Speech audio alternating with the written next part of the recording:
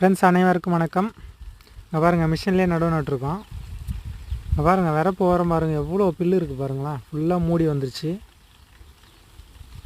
இந்த புல்லுலாம் கண்டிப்பாக பிடுங்கி எடுக்கணுங்க. அது ஏன் எடுக்கணும்னா, இந்த ஓரம் இருக்கிற பயிர் சுத்தமாக வரவே வராது. இதை விட ஒரு முக்கியமான விஷயம் நான் உங்களுக்கு லாஸ்ட்டில் சொல்கிறேன்.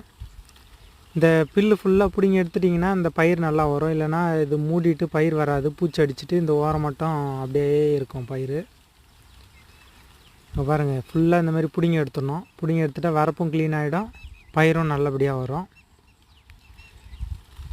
இந்த பயிரில் இந்த களைலாம் எடுக்கிறது எவ்வளோ முக்கியமோ அந்த மாதிரி நம்ம சேனலுக்கு நீங்கள் சப்ஸ்கிரைப் பண்ணிவிட்டு ஷேர் பண்ணி பார்த்தீங்கன்னா நம்ம சேனல் வந்து க்ரோத் ஆகும். அதை தான் நான் லாஸ்ட்டில் சொல்லலாம் அப்படின்னு இருந்தேன். சப்போர்ட் பண்ணுங்கள் ஃப்ரெண்ட்ஸ்.